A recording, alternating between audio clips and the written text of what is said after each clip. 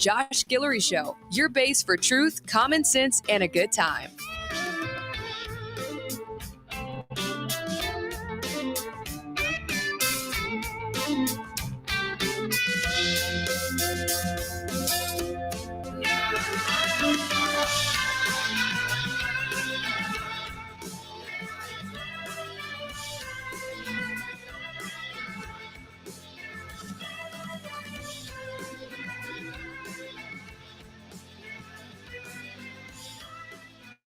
Good afternoon, ladies and gentlemen. Welcome to the Josh Guillory Show. I am your grateful host. In studio with me, my main man, Jamie Angel. I'm still here, everybody. Yeah, my main man, back in action in the studio. Y'all was worried. Y'all was worried. Man, I got a whole bunch of messages, more on Jamie Angel than anything. Thanks everybody for the kind words and messages, and yep, things have gone a little differently. I won't be on the mornings anymore, and you know what? That's all right. That's all right. You know, that's how big companies work. They value profits over people at times, and it is what it is. I'm always grateful for the folks here and the opportunities they've given me, and the folks here are wonderful. I have no fault or blame on them.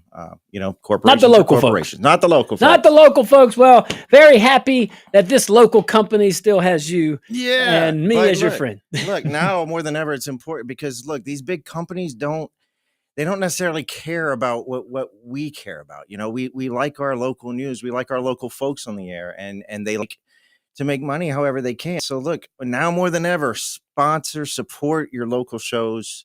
You know, buy ads if you can. You know, it's what helps keep us on the air. And the more we lose that, the more you're going to lose that local voice, and you get that mainstream media train wreck.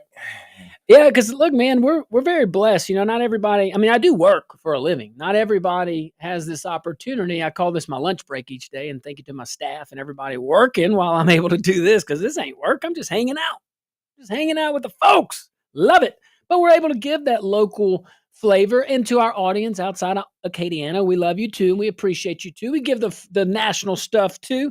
But I bet you that when we talk about local, when we do, we don't really talk about local, but we talk about things through a local perspective. It applies to Milwaukee just like it applies to Mamu. Yeah. So anyway, but we're blessed to have you join us each and every day, and today included. We are broadcasting live from Beal and Abear Studios right here in Lafayette, Louisiana, and also live once again on Rumble.com. Hello, our Rumble viewers out there. We want you to go to Rumble.com. Check us out for live. Is that how you say that? Check us out to see us live. Oh, there you go. Good. Hey, we got a doozy. Hour number 2, we're going to lead off with the Supreme Court talking about LGBTQ plus and parents. Ooh, you're going to like that one, I'm telling you. Oh, and schools are involved too. Shocker. So, hey, but don't worry. The Constitution is still alive. Thank you, SCOTUS. Hey, but before we dive into that, let's go into the big, beautiful bill. Big, beautiful bill. It's amazing, so beautiful. We could have done it in small, quicker bills, but we wanted a big, beautiful bill. That makes more sense. That's probably what the conversation was like. That's exactly what he said. Oh. He said exactly what he said, and then he's like, we could have done it in a few smaller, quicker bill, but we needed a big, beautiful bill. One big, beautiful bill. I love it. Precisely how it went. Yeah. Well, there you go. Didn't know. Kip Eidberg and Alex Hendry over there at the Washington Examiner are spotlighting what they say, I'd say, is a big, well, they say, and I agree, a big win for small businesses. I like that. They say it's all buried inside the One Big Beautiful Bill Act. Again, that's President Trump's massive new economic package now moving through Congress. Have you been watching some of the dialogue? Man, they were up that's what you want to call it? Night last night. I wasn't about to watch all that. I just waited for the alerts to come across to say but they had to get old JD Vance in there. Yep, old Vice President came through, but Hey, look, to be expected. I will give everybody debating, kudos for putting in the vigorous thought and effort that goes into that. I don't know. I'm trying to be positive. Jamie's looking at me like, what are you going with that? All right. So while some critics have focused on the spending, and I am one of them. I am one of them, self-admittedly. Okay, I You think an it's old Teflon. yeah. Well, yeah, but he went crazy. He about to primary everybody says. Oh, he's back in doing that again. Oh yeah, he Oh, said they're people who fighting vote again. No. He's just going against the Senate. He's calling out the Senate for passing that version they passed. for the this morning. additions. Yeah. He didn't See, like that. the Senate was trying to do a little smoke screen. We're taking all this heat for cutting Medicaid. Oh, even I came out and I was like, wow, they're the ones. It's not the House, it's the Senate. Might have been smoke screens now that we see all the added expenditures. Well, he's claiming this is going to be the largest increase Wow. of the deficit that we've seen. Man, I'm going to talk more about that here. Just a tiny little bit. A hard number. It really? No one knows. Well, let's keep talking. So again, critics, some of them very vocal against President Trump's big, beautiful bill act. And look, I was the only thing I got, my beef spending. Just don't spend more than you have coming in. It's not it's the most simple thing to do, but it is the hardest thing to do. It is the most simple thing to do. Just don't spend more money than you have coming in. Is everybody listening more than likely, and the person talking, we have to live by that. We have no choice. What's the little joke you told? It's not rocket science. It's rock something. Not me. On this trip we were on, we were talking about the coastline, something about breaking rocks. Oh, yeah, maybe it'll come back to me. Hey, pal, listen. It's not rocket science. It's just rock breaking. I could have very well been reading from my meditation app. Okay, again, folks, some folks arguing against this spending, but, they argue that this bill delivers serious tax relief too. I'm definitely okay with that. I'm definitely seeing, not just individually, I'm saying collectively from a macro level, if I could talk today, economic. Yeah, macroeconomic. Y'all know what I'm saying, macroeconomics. All right. So, but from that standpoint, very, very serious tax relief. I think that's going to be a domino effect. I really do. We've seen that historically. I like the pro-growth policy. I think a lot of folks are seeing that. But specifically the pro-growth policy for the backbone of our country, which is small business. Still, to the American economy, we have not abandoned that. Not yet. A lot of you mentioned one. Wow, what a great lead-in! You mentioned corporate radio, corporate media, which owns this station, which we love and we appreciate. You had to make corporate decisions. We get it. This is not a corporate show. This is a local show. So but that happens to broadcast outside of Lafayette. But anyway, backbone of the economy, man. Small businesses. So there's one thing I got to, at least right now, there's one thing I have against the bill, and that's the spending. That's it. But and even on that, do we really know? Like you said, well, maybe we'll break it down a little bit in the next segment, but do we really know? I mean, you have one person saying this. You have the speaker saying in 10 years, we actually cut the deficit if nothing changed because of the tariffs and because of the economic boom from the Big Beautiful Bill Act and all these different reasons why. You have the CBO who at this point has to admit it's left-leaning. Actions speak louder than words. Donations to public candidates candidates for public office is public knowledge. It's out there. We've reported on it. Overwhelming majority of your donations go to Democrat candidates, okay, or the Democrat causes. So just admit it, and we would be appreciative of the candor, but don't pretend to be objective. Anywho, somehow they come out with it's going to increase the deficit.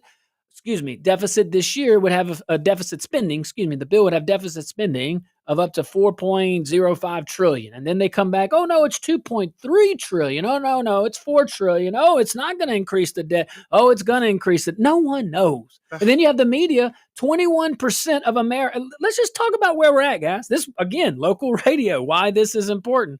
Look at where the national media is. 21% of Americans believe what comes out of national media. So yeah, your comment and your beliefs on local radio and supporting local radio, yeah, there's some bias there, admittedly. I mean, I benefit from that. Okay, full disclosure if you didn't know. But to be able to do that, you do need the resources. But man, 21%, hang tight, 21% trust the media, 21%. So we have all these statistics, and then you add that in, and now we know why we're in the environment we're in.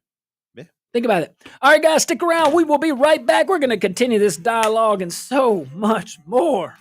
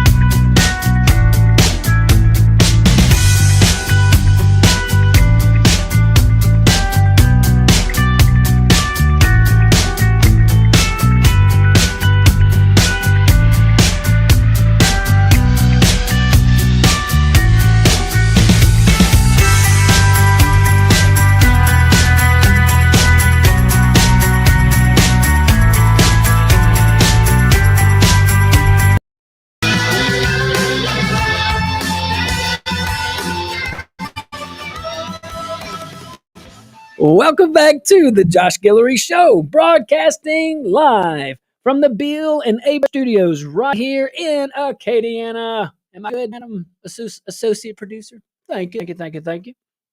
Sometimes I move. Dear Rumble viewer, thank you so much. All right, guys, join us on rumble.com. Show. Let's continue our discussion here on the One Big Beautiful Bill Act. Some folks. I had a question. Oh, what? What's up? I just don't understand why we can't. Like, you were in office. We had a number a long time ago. We had a number. This is the number. This is our budget. This is the number. You're saying how we did budget, right? Oh yeah. You can't go over this. It's not like you can't go over it. Yeah. If you go under it, that's great. But Yeah. why can't we do that on the federal? Why can't we say this is the number, guys? This is what we have to spend. We can't budget a penny over this. So start over. All right. Start there. So I'm going to give truth. Please. No, really. And it's very simple, but hard to do. They don't want to. Exactly. Now, look, that's now you could take that. You could take my, I want to break this one down. So you could take what I said on surface level, they don't care. They don't care. In order to do that, they absolutely can. Anybody listening, you call in and tell me if I'm wrong that Congress can't do this. Congress, by the Constitution, manages the purse strings. Period. All those other reasons why. Now, I want you to listen to me on this.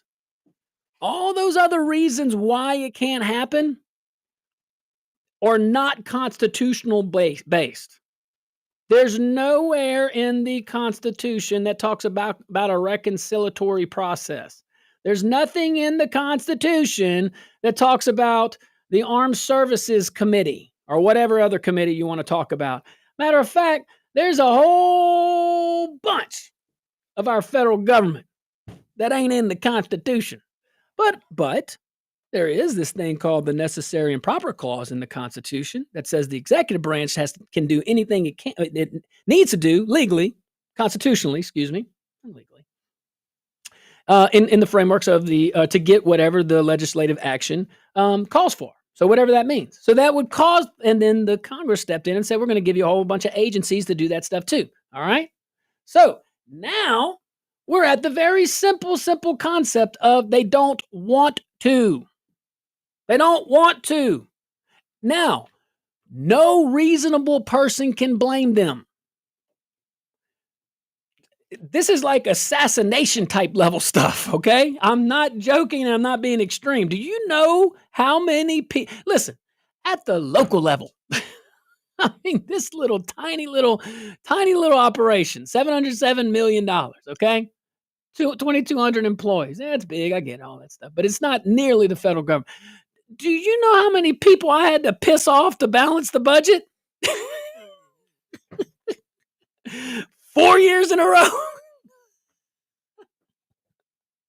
Can you imagine the federal government and how many people are bought and paid over the years and how much crap is entrenched in their bureaucratic nonsense? I couldn't blame any of them, but I blame all of them that vote to increase the national debt. I don't know. It's reason. I get it. And anybody that really stands in their shoes can understand why they wouldn't. Their whole world is that thing. That's very sad. You know, for a while there, I was in that environment. I believed that stuff. You know, I thought it was so important. I thought it was necessary in order to affect change and policy and all that stuff. And then you just wake up, if you're fortunate, and God just woke me up. You know, that's probably why first part of my tenure in office looked a little different than my second part of my tenure in office. But that's natural with anybody if you want to grow in life. But guess what? When I first started as a lawyer, and now I'm a lot different. I've made some mistakes, all that stuff, and been able to learn and been able to learn from some successes too, you know? When I first opened, you name it. God's given me this. God and this country has given me so many opportunities, and you too, everybody. And it's never too late. Look how many millionaires and billionaires have started companies after the age of 40. Sam Walton, come on. Now I sounded like Biden. Come on, pal. Come on, man. Come on, pal. Come a little closer. Smells 4 or 5. Anyway, I'm switching back gears here, okay? But yeah, I'm just so fortunate. I love all this stuff. So, anywho, here are the facts about the Big Beautiful Bill Act, all right? The bill makes the 199 Alpha, 199A small business deduction permanent, yes. And it also raises it to 20%. That's a big deal. That's a big deal, business owners will tell you, I'm telling you. And that affects more than 25 million businesses. That's not 25 million people. That's 25 million businesses. That's a lot. That's a lot. So as far as getting the economy rolling, I think President Trump has a really good track record in this type of minute detail in that very large bill. Okay. I see the budget's the only one that could be a big bill because, you should pass one bill a year. You really should. You shouldn't do all those concurrent resolutions. But on that same note, you should be able to amend and do all that stuff you got to do. I get it, but that's really the only one. So I'll give him a pass on all that. But anyway, raising it to 20%, man, that's good. I want you to remember that, okay? The small business deduction, 199A. You go talk to any CPA, they'll tell you about it. But also the bill, it restores 100% bonus depreciation for new equipment. Very big, man, especially in Louisiana, like local. What's the status? Can local parishes waive inventory tax? I think they have to vote on it. I think they have to. Okay, so it is. So it's a local. So local can get you out of it. I think that's what I think so. What local government wouldn't? Well, you got the sheriffs that. I get it, but then that's no offense to any sheriff and any sheriff that I haven't met it. I'm very serious when I say this. I haven't met a sheriff that I didn't like. They are very pragmatic, very get to the point. Usually, everyone I've met has always been in it for the right reasons. I'm just telling you my own personal small experience. You did? Who? I'm not going to say. Oh. But I will say that some of these more rural, I have trouble saying rural. Me too. Rural parishes. I go with rural, like Merle. Rural parishes. I just say Earl with an R or an M. I can't say Mel. Meryl Streep. Mel Streep. Carry on. Anyway, those smaller parishes kind of rely on that in inventory tax sometimes for that. But here's the problem. Then why do we have to go beat around the bush on this crap? No, I'm serious. You're right.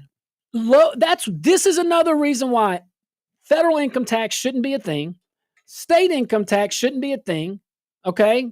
Local government. I'll tell you this. I know we got a military and all that stuff. So I know I can't reasonably say that in 2025. So we can't, it would be great in theory.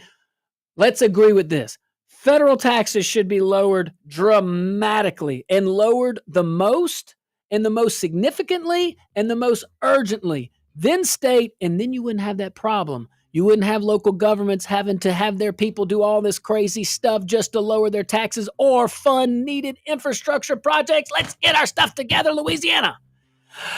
Whew. Okay. Breathe, man, breathe. Thanks, guys. We'll be right back.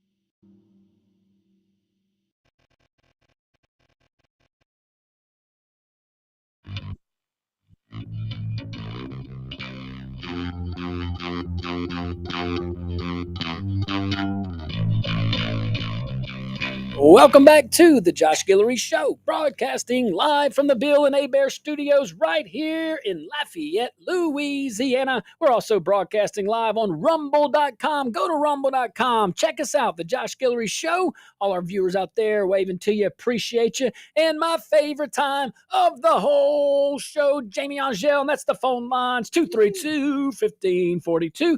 Outside the Acadiana area, 844-766-6666.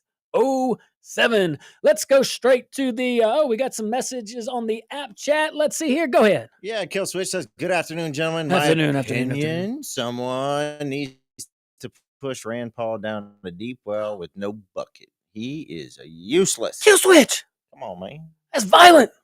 We don't do violence here. That's violent. We think about it, though.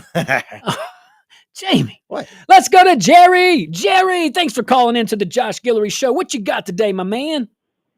I think it's the local governments and all these municipalities that's to blame for all of this, because for some reason they've let that San Francisco, New York, California creep into all these planning commissions, and they start making all the rulings and everything else to where we're trying to be like that, but that comes with a hefty budget, and then whenever you get your behind slapped a little bit to come back to reality. We can't take care of all the people that's in Lafayette. Our budget, I think you guys said you had whatever that budget was when you was in Lafayette. You don't have enough money to take care of everything you need to take care of here, including the matching funds. So how are you going to do it whenever they cut everything out? So instead of planning ahead, the governor is saying, hey, we're going to lose all that money, but let's spend more on some roads. They gave this ungodly figure of mileage, 5,000 miles of roads. Well, he can't take care of the roads he's got now. You just better forget it. Jared, before we go to Renee, man, you're talking about some good stuff right there. Well, the reason why the state can't maintain those roads is because we're still under a Huey P. Long mentality. If I was governor, one of the first things I would do is unload these state roads on local governments that wanted them, that could show that they could maintain them. You have to have a reasonable plan. Don't just say it. And I think the state should spend the capital to up them to par. So that way the local government, you are literally, it's your baby. You got a brand new baby that you just have to maintain and plan to repave or whatever, reconstruct as you see fit. But you get a reasonable plan. You work with local governments. That will fix a lot. That will fix so much. Now, as for Lafayette having enough money, we proved that it does. Matter of fact, I think we have a priority issue in our millages. There's no reason why these millages that are coming up in the fall should be the topic of discussion when you have other millages that are being funded right now. Go look at the fund balances locally at your LCG budget. Go look at them. Go look at what you're paying. You should not have to be on the ballot box choosing between doggone roads and drainage for this other pie in the sky crap. That's all I'm saying. Now, that's as local as I'm going to get. Now, let's get back to other stuff. I will say this. I am a citizen. You are. And Jerry, one thing that was done in that administration was when there was federal funding that came in, it was never spent on recurring items. It was spent on one time. That way we weren't dependent, on the FT. But that's a conservative government. Yeah. People who take federal funds and put it in the programs that are supposed to be enduring. Trust me. We had plenty of people, some people R's behind their name calling us heartless officials. Like these some that do pamphlets. Yeah, like the Harper Fund. You mean Full Page Magazine? Oh my God! Yeah, tabloid. Con Man Como. Get your dang magazine out of here! I'll wipe my booty with that. Out of here! Waste of good paper, man. What'd that tree do to him? They could have spent a lot of money on the arts with all the money they would. Yeah. Instead of bitching about what's not in the budget, save the Hyman Center and get the gum out the carpet. We had a plan to save that money on a carpet steamer, Stanley steamer. Had a plan to save the Hyman Center with no extra tax. Didn't want it anyway. Oh, well. All right. Let's go to Renee. 232-1542. Let's get out of that cesspool. All right. Talking about the politics. That money stuff. Renee. To that money stuff. If we had a better economy, not to waste. We'd have more money for the needs we want if we had a better economy. I'm just saying, just like Reagan and Nixon, Donald Trump's putting the sunshine out. The Care Bear cockroach communists are hiding, for now. We need to make sure our all business and our neighbors, Mississippi, Alabama, the Dakotas, and maybe even Trinidad, Mexico, and Canada, we need to have more power internationally for when big green energy comes to try to tell us what to do. Somehow we must be able to get hooked up to OPEC so we have more pull politically, so this big green communist woke Care Bear energy don't mess us up again with our money. It's our money. We do what the hell we want with it. All right. Well, we're a big proponent of free speech. Just saying. All right. Let's keep going to the big, beautiful bill. Beautiful. So beautiful. All right. So again, restores 100% bonus depreciation for new equipment. That's big. That's big for our doers, our developers, our construction folks, all that stuff. Not just those industries either. A lot more than just those two professions are impacted by that. Also, the big, beautiful bill act would make the current, I know some people would be happy on this one. It'll make the current estate tax exemption permanent. Well, until they want to take it away, but it wouldn't have a sunset. So it would make the current estate tax exemption permanent, which would help family-owned businesses avoid liquidation when passing companies from one generation to the next. You see that a lot, or you used to see that a lot. Also, Council of Economic Advisors projects the bill could boost long-run GDP by up to 4.9%. That's high. And raise annual wages by $7,200 per worker. Okay, and I didn't see a time frame on that. Just going off my notes here. But I would imagine, in the relatively near future. But that's interesting about the long-run GDP report. It's interesting that they can take that and, I don't know, I thought it was good analysis at least. And the article I'm referencing did a pretty good job on that. Now, supporters say it would build on the success of the 2017 Trump tax cuts, citing examples like First Supply in Wisconsin and Power Curbers in North Carolina. Yeah, which at that time, after the 2017 cuts, reinvested their capital savings or their money in jobs, facilities. You reinvest. Trust me, I know I'm constantly. Sometimes I think like, well, if I paid me and Jamie instead of my wife Jamie instead of reinvest. Oh yeah, and Jamie too. Instead of reinvesting, we'd have this, but we wouldn't be growing. We wouldn't continue to move forward. And when I don't know. One, I don't know if I could stay stagnant. You don't do the Dave Ramsey thing. You put all your money in the envelopes and just pay off all your house notes. I love Dave Ramsey, and I love that approach. I will say we do a similar approach. Okay. Similar approach. I don't want to get a paper cut in my tongue, Yeah. You would do those fancy, like the liquid stamp thing, like the sponge. You kind of have to have a job to do that. Oh my gosh. Support your local radio. Support local radio. If you want to sponsor the Josh Guillory show, give me a call. Jamie might be doing naming rights. Yeah, look. You know that commercial? Yeah, it ain't the kids. Joe's Tansel. I love it. Your biz could be graduating soon. And then he shows up. Hey, thanks for your business, everybody. Eat more chicken. All right, we did not get paid for that one. So now critics, I don't know how objective they are in this, but critics are pointing to potential deficit impacts. And okay, that's the only critique I have.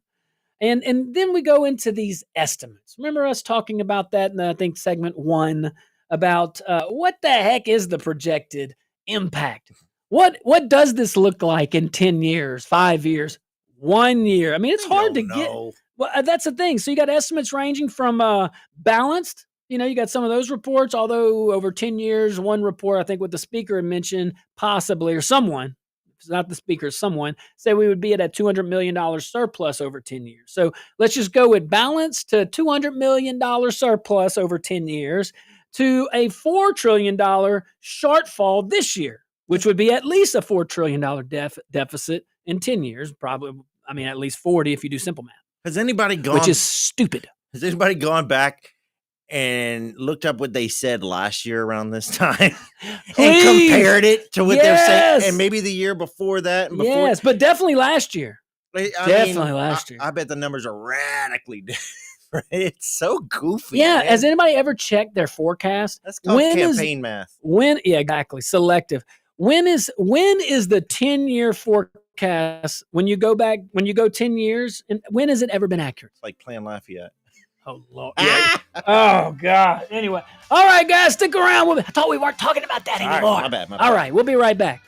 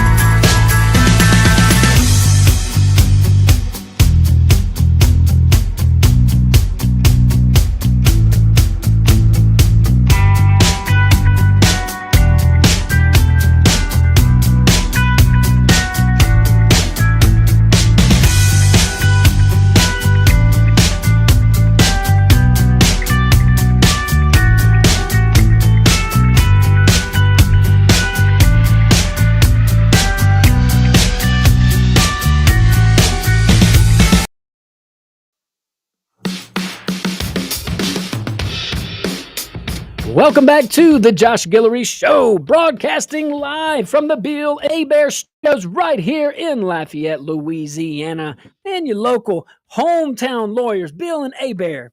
I see me all the time in the courthouse, talk to Lance all the time, see him over there as well. Busy guys, and I really don't know how they fit in, but I'm certainly appreciative for what they do, not just in their practice, but also for our community, man. Love you guys. Appreciate you. And thanks for supporting the show. All right. Also, guys, we're broadcasting live on rumble.com, like Rumble in the Jungle. Go to rumble.com, look up the Josh Guillory Show, and we'll try not to break your monitor screen. But you can view us without following us, but we want you to follow us. Do us a little favor. Give us a little follow. And let's continue. Shall we? Let's do it. All right. So we all know where I stand. All know where I stand on this, and I bet you a lot of folks are standing with me on there. The tax reforms in this bill, exactly what we need. Exactly what we need. Small bit or the continuation.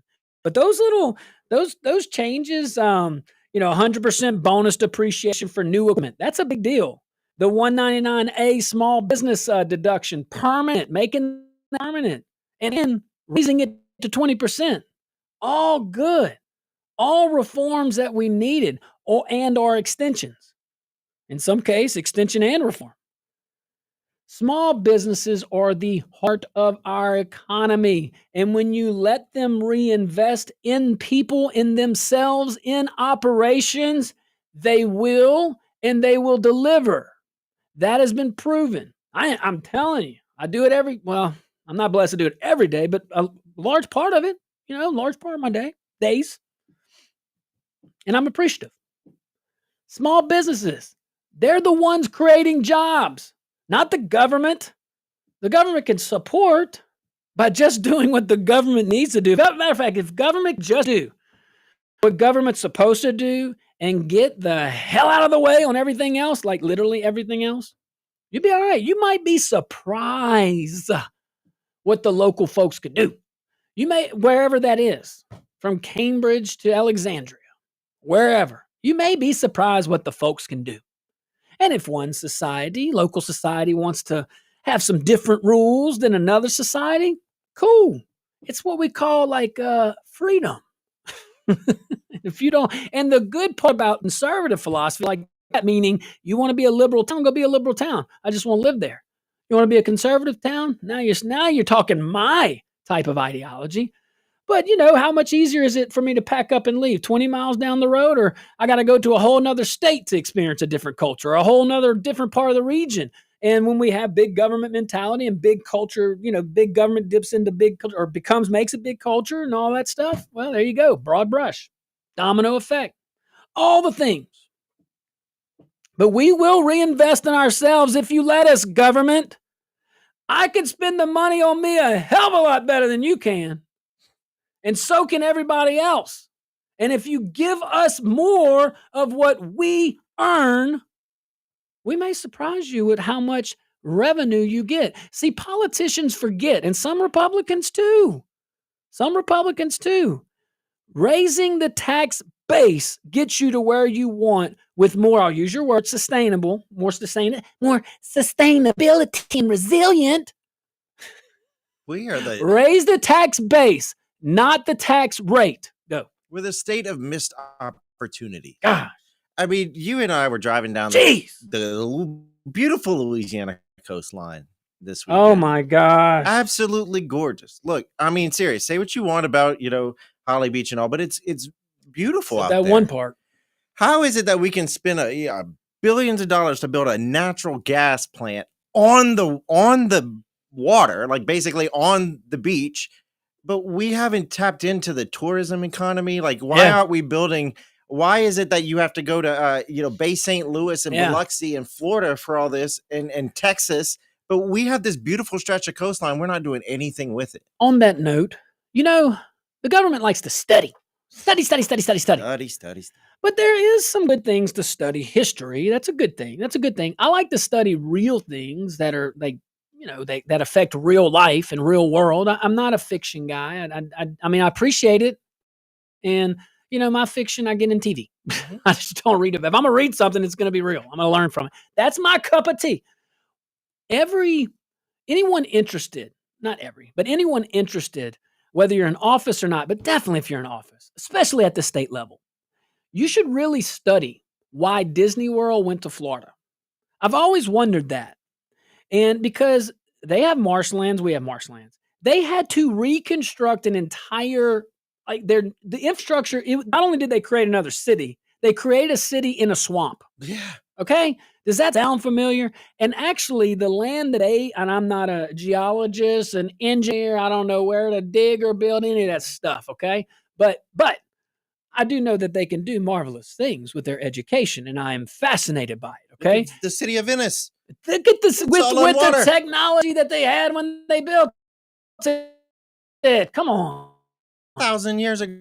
Come on now. Tell me, you build up a whole bunch of stuff on the coastline. You don't think that might stop the coastline from eroding? But really, and we did get to see a little glimpse of Rockefeller Project, Southwest Louisiana. Tiny glimpse of it. With the rocks and restoring the coastline and stuff. Very neat. But really, I wouldn't study that that business venture and why it went to Florida out of why didn't we get a dang politician? No, really, there was a reason. Why was it more inviting to go to Florida at that time than Louisiana?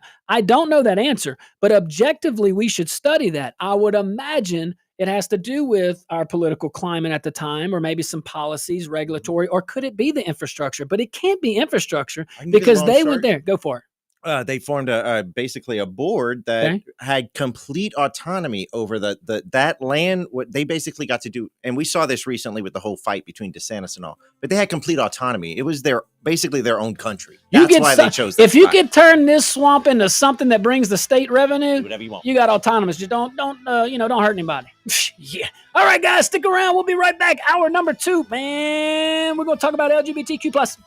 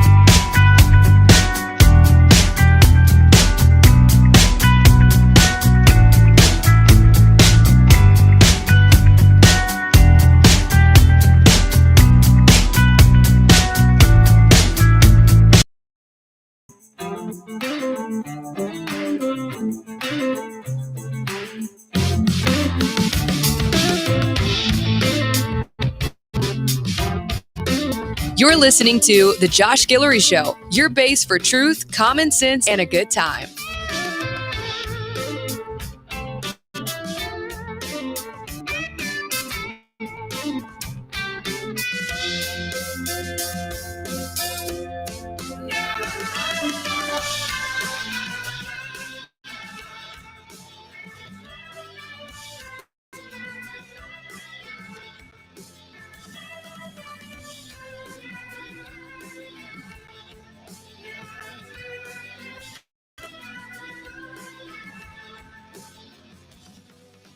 Good afternoon, ladies and gentlemen. Welcome to hour number 2 of the Josh Guillory Show. I remain your grateful host, and in studio with me still, my main man, Jamie Angel.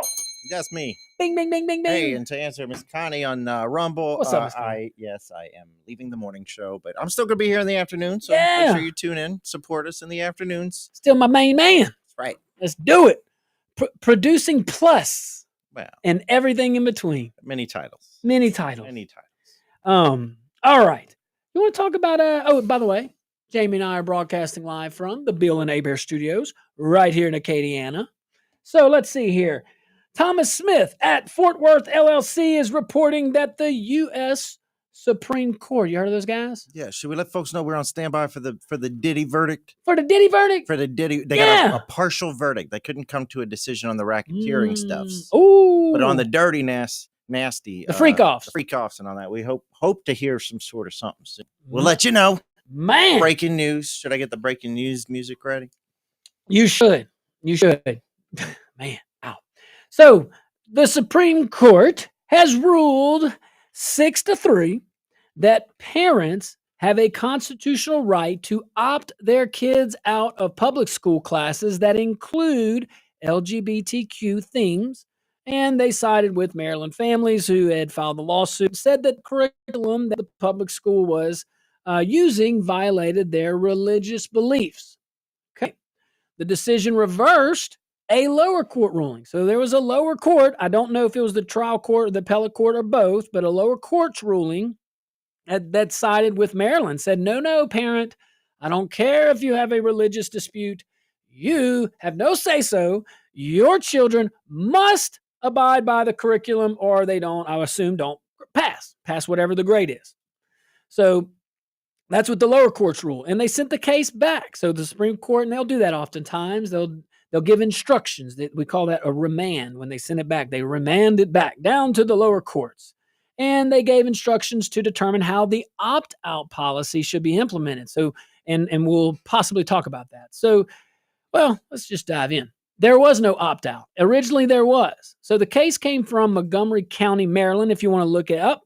Back in 2022, when Maryland schools in that county, that's Montgomery County, began including LGBTQ themed books in elementary classrooms. That's what the rule came out, the administrative rule through the school board. So the school board in that particular county said, this curriculum is going to include these themed books. All right.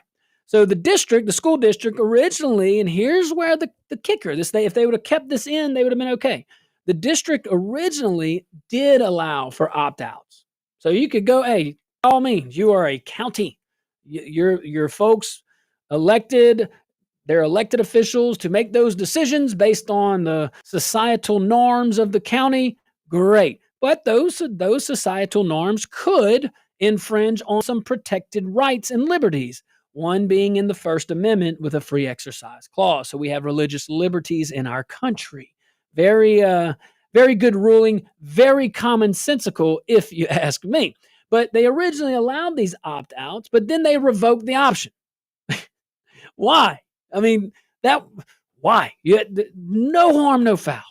No harm, no foul. But we don't have time to cover extensively the facts of this case, but very interesting the dialogue of the dissenting justices when the case was being argued orally. If you really want to get all nerded out with me, go look that up. Real fun. We'll wait. I love it. I love that stuff. I'm sure you I do. love. Oh yeah. Let's go. Let's go. Nap time. I'll be back. I didn't get the yawning sign, so I'm the hand and arm signal. Because you didn't go too far. Oh, good.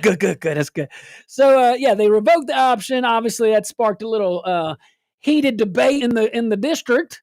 Some families got very upset, and it sparked a lawsuit by these particular families for religious freedom.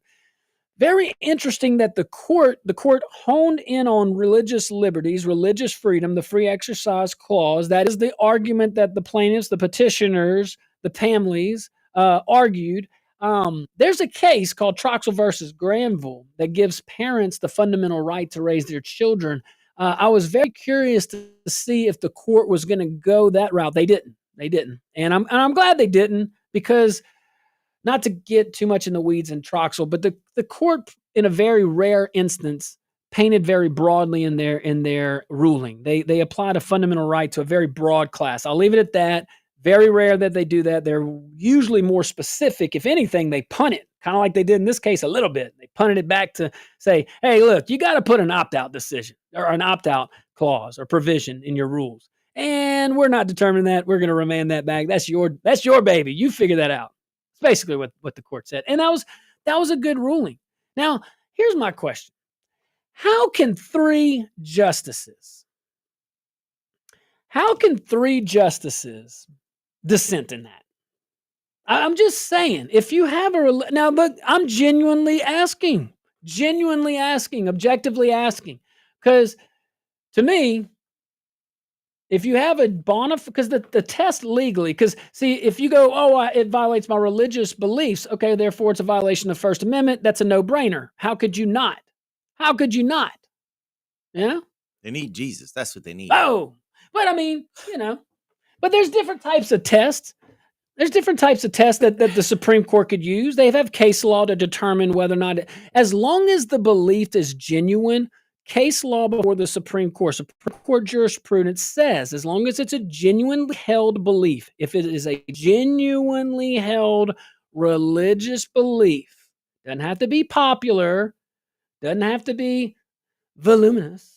It's but first of all, no one should be teaching any sort of lifestyle to children. I agree. Like, that's not what school's for. It's to educate you about straight or gay. It doesn't matter. Reading, writing, arithmetic, science. And I'm pretty sure science doesn't involve, boys getting together with boys. And look, if that's what floats your boat, that's fine. But we don't have to force our children to learn about it. Well, look, and here's the deal. This is elementary kids. So wherever you fall on the political spectrum here, can we at least agree that why are we talking about anything sexually related, sexual orientation related? Why are we talking about sexual orientation? And look, I'm painting with a broad brush with that. There was more specifics in the teaching. The lawsuit definitely specified, and I do encourage you, if this kind of stuff excites you or whatnot, go look at the oral arguments. You can pull it up online very easily and look at the archive. Jean, what is wrong with you? Said oral arguments, and she got all sorts of talking. Martha Jean, listen. What I think they should do, is put together like if they want to do something like that, put together a kit for parents to help parents teach if they want to teach their children about LGBTQ, whatever, go for it. Letters, put together a kit for them.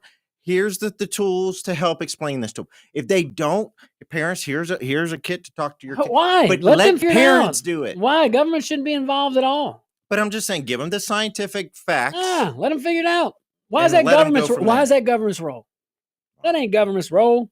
If they don't know the difference between a boy and a girl, government sure as hell is going to confuse the problem even more.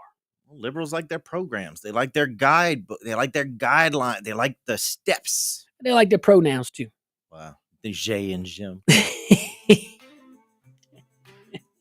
We're all God's children. All right, guys, stick around. We'll be right back.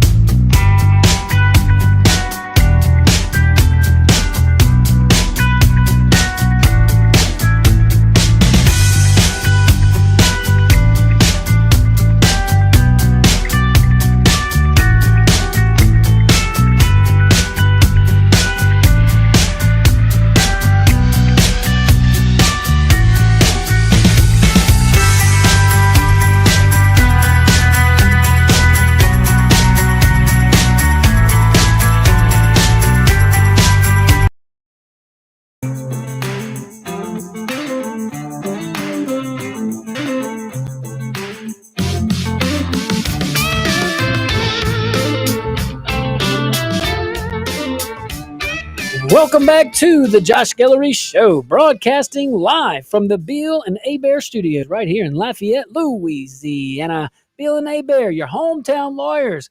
Give those guys a call. You got legal questions. Jamie, look what time it is.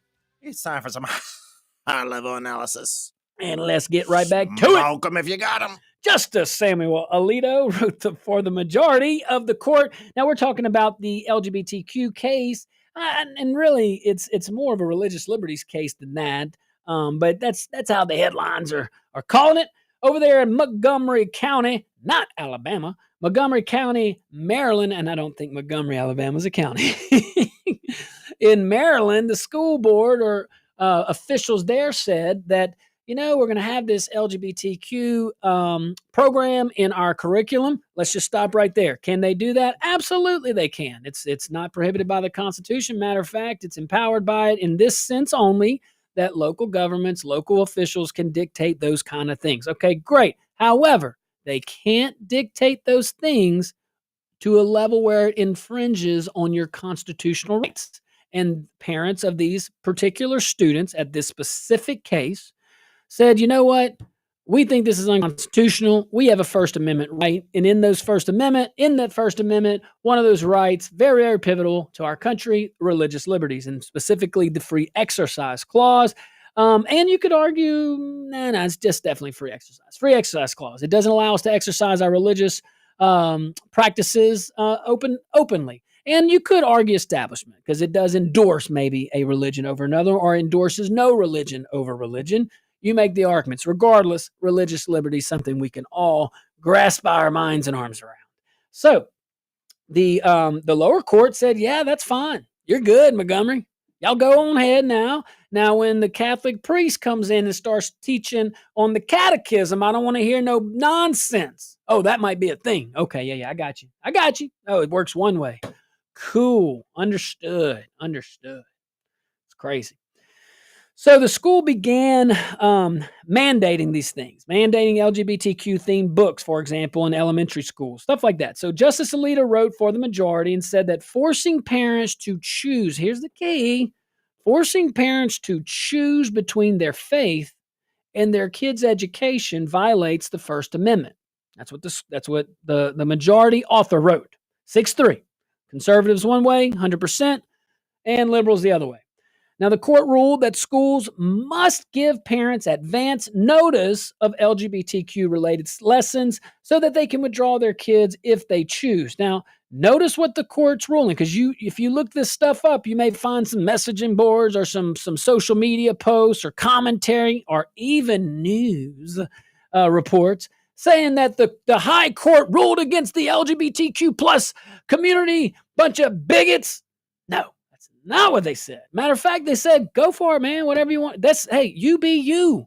And if I don't want to live in Montgomery County, Maryland, then I'm not going to live in Montgomery County, Maryland, or I'm not going to send my kids there if I have a choice or if I'm able to, But, you be you. But you got to give a provision. You got to give an opt-out provision. Have to do it. Makes sense. Everybody wins at minimum. Nobody loses in regards to the teaching, of course, to the lesson. Educationally. Now, the dissent, 3 justices. Okay, because again, you could argue back and say, well, if everything's a religious liberty, then you can opt out of everything, every teaching in the curriculum. Hey, here's the deal. You can. Homeschool them. The state of Louisiana, for example, only mandates these minimal requirements to get your diploma. All the other hours are up to you. I mean, you got to get certain many hours. It's kind of like college, a little bit in that regard. You can already opt out. So yes, but even if you don't want to go that route, look at your own jurisprudence. To the Supreme Court I'm referring to the 3 dissenters, and I respect their opinion. But I would urge them to look at their own jurisprudence. What's the test to say something's a religious belief? To say something's a religion, to support that religious liberty? Very low burden. Is it a genuinely held belief? Pretty low. Doesn't have to be a popular one. Doesn't have to be the most the religion with the highest number. You could also have a genuine belief of no religion, and that too would pass the test. It's a very, very low burden there.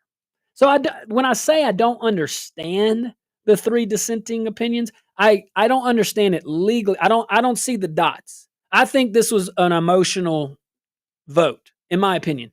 Not emotional like hysterical, because I do not think these three justices are hysterical. I didn't witness that. Senator Kennedy had a better description of at least one, and Google that one. But crazier than a bag of cats. but the dissent was led by Justice Sonia Sotomayor, and she claimed the ruling will fragment classrooms and create ideological division. I'd say the policy accomplished that, Madam Justice. I would say that was the device. I mean, come on. That's such a weak. So again, someone in the judiciary trying to be a policymaker, go run for school board. You can do it. You can actually go on a ballot and see if anybody cares to believe in what you say and vote for you. You could do it. Hey, hell of a resume. I mean, think about it. Supreme Court Justice. That's a pretty good resume. Like, that's a pretty accomplished career. You could do it. I really think you could pick the most liberal district out there. I mean, why not? Go for it. Go live there enough time or a long enough time and just go run for school board. And then you can talk about what a doggone fragmented classroom looks like. Okay? And let the jurists do jurist things.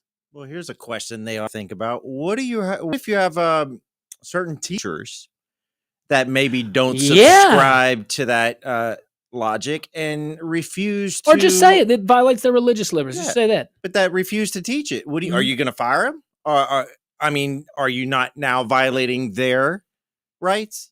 Mm-hmm. I mean, that's going to come out next. You know it will. Well, then the counter to that, somebody's going to say, what if someone has a genuinely held belief for the opposite? That, well, I mean, that's just not that's a hard argument. I can't even make the counter argument. I try very hard to make counter arguments. How about this? Just because we have beliefs about something doesn't always give us the maybe we have the right, but doesn't mean we have to share them with everyone. Just because you can't don't mean you should. Exactly. Like, what are we talking about here? Just because we feel a certain way doesn't mean we have to go and push it on everybody else. I like my gumbo a certain way. Doesn't mean you got to like it the same doggone way. Yeah. God, these people are so petty and Come dumb. on now. Grow up. Damn it. But that's okay. Justice Sotomayor, but she claimed it would lead to fragmented classrooms. Come on. The ruling now goes back to the lower courts for details on enforcement because the Supreme Court says, hey, we'll make the big ruling. You figure it out how to implement. But the opt-out gives them the cover, gives them the illuminated path to keep their program. But it also gives the illuminated path for parents who have a genuinely held belief. I don't know what their belief. Whatever. Hey, to each their own. But if we were here in Louisiana and Acadia Parish had something in their curriculum, all right, if it violated someone's religious liberty, we would expect them to have an opt-out. We wouldn't necessarily expect them to change their curriculum. Now, those folks in Acadia Parish may expect them to change it. And how much easier is it to change? Local, state, or federal? Of course, local. All right. We're going to take a tiny little break. Guys, if you're on hold, we're coming right to you. Stick around. We'll be right back. Phone lines wide open.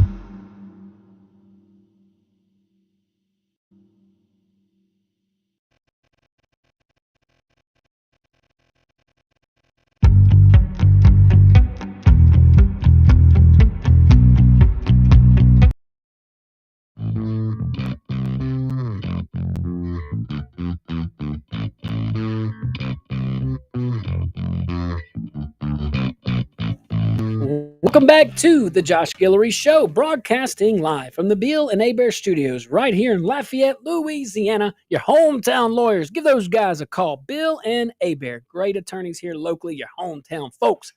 All right, let's go to my favorite part of the whole show, the phone lines, 232-1542, 844-766-6607. Also, go to rumble.com. I need you to go to rumble.com. Go on there, search for The Josh Guillory Show, click follow, and check us out. Check us out on the video, and you can see some other features too. Let's go live on the radio. Let's see. Sean, what's up, Sean? What you got today, my man? Well, Josh, you are the man. You are an attorney. Do you think that they overcharged Diddy? Woo!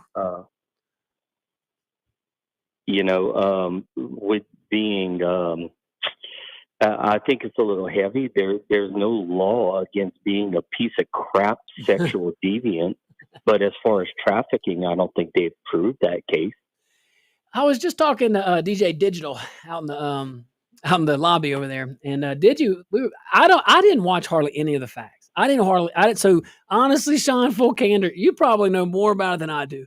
So, but I could note on overcharging, and I think the greatest example in our modern history, at least in the last 20 years, I'd say is Casey Anthony. I think Florida went in there for the absolute max, and did she do it? I think pretty much everybody believes she did it. I think the judge and the jury believe she did it, but they overcharged her. They went with, I think there's 3 degrees of of murder in Florida. Correct me if I'm wrong. I'm not licensed there, so I don't know. But it's different in Louisiana, but they went to the highest one, and you have to have all those elements. So yeah, hey, Sean, we're going to see, man. I don't know, man. We'll see what happens. Supposedly they got a verdict on the non-RICO, right? Or non-racketeering. Actually, he sent the jury back. Oh, to continue deliberations. They are done for the day. They'll okay. resume tomorrow. But he said, nope, you're not going to get away this easy. They call it an Allen charge, or what's that with? I don't know. When they tell them to go back? Oh, I don't know. Oh. I don't know. Okay. I'm sure it's a term that I don't know. All right, let's see here. Let's go to... We're going to go to Renee. Renee, what you got, Renee? Well, I want to follow the science and my beliefs and history on LBGT mechanics. It's human beings, when they're traumatized or whenever they substitute things. Like whenever you questions or you traumatized, but you go get reinforcement or communication or opinions from your same sex. Now, Lady Gaga sings, born this relationship with a man, one acting like a woman, one acting like a man, one acting like a woman. And naturally, you have man and woman. So that means because of trauma, they are substituting my beliefs. They are substituting, following the science, they are substituting artificially what happened to them because trauma happened to them in childhood or in their lifetime. So following the science, it's not normal. The science is wrong. Well, all right. So, wait, are you talking about people are gay because of trauma? Is that what he's saying?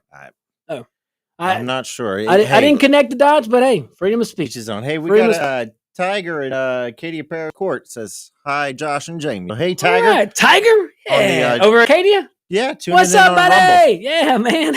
All right, Tiger. Yeah, thanks for tuning in. I get happy every time I go in that courthouse. And I could say the same for our local areas. We're very fortunate. Our clerks are doing great. Let's go to Matt. Matt, what's happening?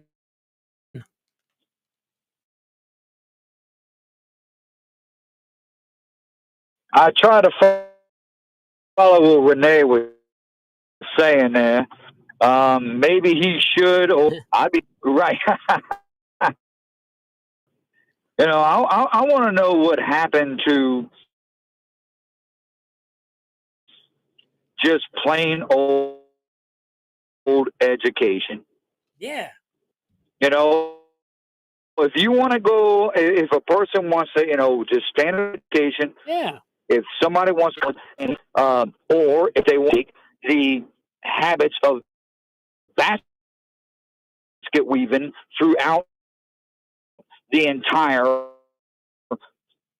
world of different cultures, fine, do whatever the hell you want to do. Yeah, and we'll pay for it. But don't cry about it when you can't get it. Exactly. Good point. Good point. Let's see here. Warren. Understand, Josh, is, I'll talk to Mark about this, and he didn't understand where I was coming from, but y'all did what you can't understand why. Everybody involved should have been in jail. I can't get that. That's what I can't understand.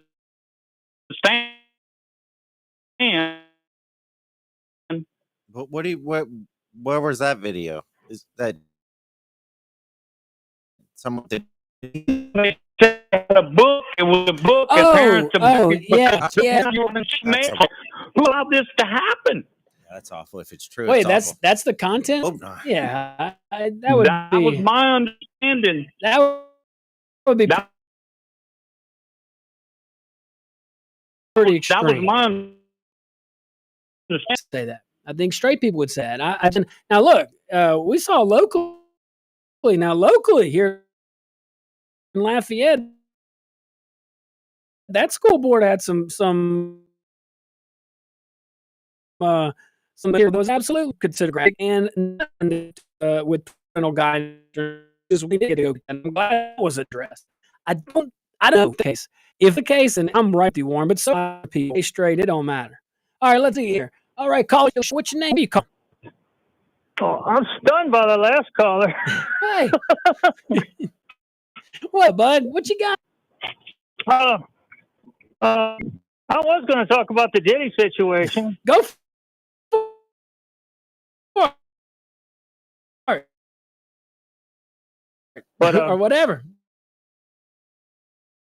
You talk. Bring it. What you got?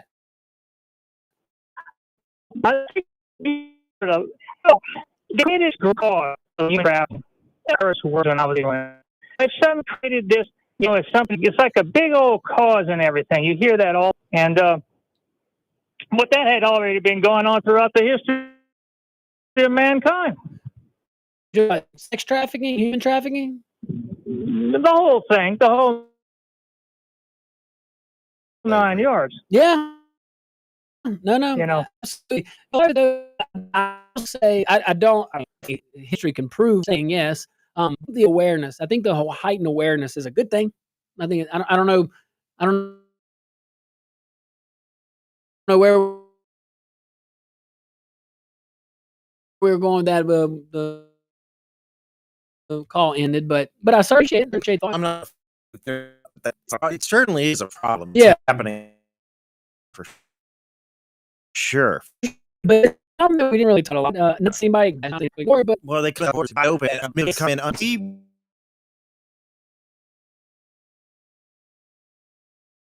Pretty pathetic. It's awful. It's pretty pathetic. And anybody that is a victim of any of these heinous crimes, any crimes by these illegal aliens, I just don't understand. Like, they will tell you how much of a problem it is. They will tell you the impact of your disastrous open border policies. But back to this school board here in this one particular county. Look, a lot of folks say big victory for religious liberties. I mean, you got a curriculum, you got a book specifically elementary kids. It's talking about things that touch on religious beliefs, religious liberties that are genuinely held. And I'm speaking vague for a reason, because the Constitution is covers a lot in a little for a reason. Because what you hold to be a genuinely sincere religious belief may be different than the other person. But as long as it is genuinely believed, if it's sincere, if it's I don't know how else to say the dang thing. These truths are self-evident. Yeah. That's good. That was good. But it's a major victory for religious freedom. Okay. And just flip the roles. Okay. The Lafayette Parish School Board says that we got to teach the catechism. I'm using that as an example because of the predominant Catholic population that we have here. Vermilion Parish is saying that you got to do this, this, and this out of this Catholic teaching or this Christian teaching. Well, Where would the ACLU be? They'd be calling for every school board member's head on a spike. but Josh, it's unconstitutional to force the 10 Commandments in a classroom. Oh, Then how the heck are we going to force Yeah. LGBTQ training in the classroom? I mean, think about it. Is it not one and the same? Not one in the. You know what I'm saying? That's a great though? example. We can't push the 10 Commandments. Then we most certainly should not be able to push Yeah, the LGBTQ. that's right. Things Yeah. on folk. Yeah. And yeah, man, I tell you, kind of a common sense. But we had 3 justices dissent. I just that's something. I mean, look, agree to disagree, that's fine. But objectively, I just don't see where they're coming from. All right, guys, stick around. We'll be right back. Phone line still open. Can't wait to hear from you.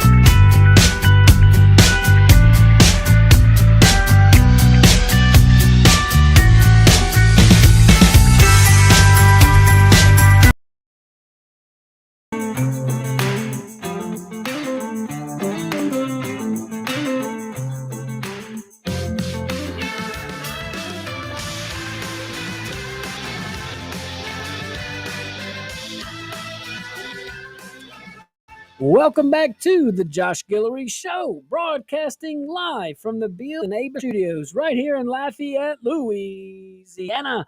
Your hometown lawyers, man. You got questions on the law? Call them, Bill and Aber. Thanks for the support, fellas and ladies. Phone lines are wide open, 232-1542. Outside of Acadiana, 844-766-6607. Go to rumble.com. You can see us live. You can chat us on there, and we certainly appreciate that. All right, let's go straight to a bunch of app chats. Oh, go for it. All right, Boomer. I saw you there. It says, when this bill fails to impress, we know who to blame, Lisa Murkowski. Oh. All right, Boomer. He said, Jay in Lafayette says, speaking of overcharging, unrelated question, that Carmelo Anthony kid that stabbed the high school student was just indicted by a jury for first-degree murder. Is that overcharging for automatic hung jury? Not sure if I understand the question. I'm not sure. But do you think he was overcharged? But I don't know you much would have about to it. know the context. Yep. So basically, this kid was in a tent. It was a football game or something. Okay. One kid asked him to leave because he pulled out a knife and stabbed the kid. It's because of his age. Yeah, a twin. The kid died Because in of his brother's arm. age. Very sad story. Yeah. No, well, is it overcharging? With first No, it's because of his age. Gotcha. The victim's age makes it first degree. Based on what Max just said. I'm starting to suspect that Jamie is a clutch. That's what. Whoa, does he? Oh, He said, "No Jesus, no sins." amen. Kill Switch says that. Wait. No Jesus, no sins. I don't understand. I'm sure he meant. Oh, K-N-O, Jesus. K-N-O-W. I don't know. Oh, I don't know. Kill Switch says it's making too much sense over here. Whoa! And then Mr. Kenny says, "Good evening, Josh and Jamie. Another one to show. I came in a little late. Heard me saying something about the radio station, but Mr. Kenny, always appreciate you, and thank you for the kind words. Oh, I'm I still got going to to be see him around today. I don't hardly ever get to see the app chats. Now I get to see him. But I want you to go to Rumble. Message us on Rumble too. We want to start getting that thing rocking and rolling, man. It'll be fun. All right, let's go to the phone lines here. Let's see here. JP in the house. What's up, JP? Hey, good afternoon. It's a little early in the week for me to be coming in hot. You know, Bring it. So it's a holiday week. Maybe we're gonna wait till Thursday to do the Rhino rundown. You know, this week's. You got to call in tomorrow. We have a replay Thursday. Best. All right. Well, we may do it tomorrow. Yeah. But, the double standard thing y'all started to get into before the break. One of the double standards that's getting me is that you have these kids that are tearing down pride flags, tearing down rainbow flags, tearing down Iranian flags, and they're getting charged with hate crimes. So I want to see the next time you burn down an American flag, I identify as an American, and I feel like that's a hate crime against me. So why would not seeing hate crimes being charged against people burning the American flag? That is a very, very... It is illegal to burn the flag against the flag code. Oh, no. Well, it's against the flag code, but you can have Texas versus Johnson. Today I identify as an American. So if you're going to burn my flag down, I'm going to charge you with a hate crime. Interesting take. So there's this case called Texas versus Johnson that allows it's a crappy ruling in my opinion, and I disagree with it. But no, Supreme Court has held that you can burn an American flag, freedom of speech. But that's not. Very interesting. That probably eventually they will may be on the shut up list for tomorrow. Y'all have a good afternoon. All right, JP. Shut up, Bill Cass. Shut up, Bill Cass. Shut up, Jeff Landry. Hey, just trying to do it right by the people. Hey, vetoing some more bills. Oh, we didn't even get to that one. I stumbled. Oh man, I don't know. We're doing a cool one tomorrow. Yeah, we'll figure it out. We'll come back to it. There'll be. All right, Warren. What you got, Warren? Unequal justice gone woke for the last caller. Yeah, I get tired of it too. It's out of control. Yep. The ceasefire is over. Sounds like it's on again. Just what I said. One of them little factions started up and look like Iran's been hit again. Also, I want to say y'all drove right by the biggest coastal project ever on y'all's way when y'all were down there by Rockefeller. Right before you got to Rockefeller, they got the biggest. It's Louisiana Dubai, Little Pecan. Y'all drove right past it, and never even saw it. You see that, huge. Jamie? We didn't see nothing. When we stopped at Holly Beach. we got out and went in the water. After we burned our feet in that 10,000 degree sand, man. Do they heat up the now, my folks in Holly Beach, if we have any listeners or viewers out there, do y'all heat up the sand? Because it was sure as heck hot. And let me just say, we saw a beautiful, beautiful coastline. Then we got to a certain point. It's like they stopped caring, and there's nothing but garbage and crap all along the beach. And that's it's a awful, prime man. opportunity. We should make that look nicer, or plant something. I don't know, man. That's Warren. It was crazy out there. But hey, Warren, thanks for calling in. Go ahead. There used to be camps as far as you could see. Yeah. And after the hurricane, I drove by it and I saw 3 posts sticking up out of the sand. That was it. No, it's sad, man. We've seen churches remove all this stuff. All right, let's see. Okay, Sean, we got about 35 seconds, man. Go for it. All right, guys. Last week, somebody said that they were waving Mexican flags because they were proud of their heritage. But I'm Southern, but I can't wave my flag. Otherwise, it's a problem. So I just don't know what to do, guys. Well, a lot of folks are going to make that argument. Look, freedom of speech, man. It's and sometimes freedom of speech does get folks riled up, and these are some good examples. These are good examples. I wonder if the Supreme Court ever regretted saying it's okay to burn an American flag. I wonder if, because I feel like there's been a kind of a domino effect there too. Respect of one's country, it's kind of like a good thing, but you can't force it. So anyway, guys, that's all the time we have. Great callers. As always, you made the show. Thanks for carrying the weight. All right, guys, be careful out there. May God bless you.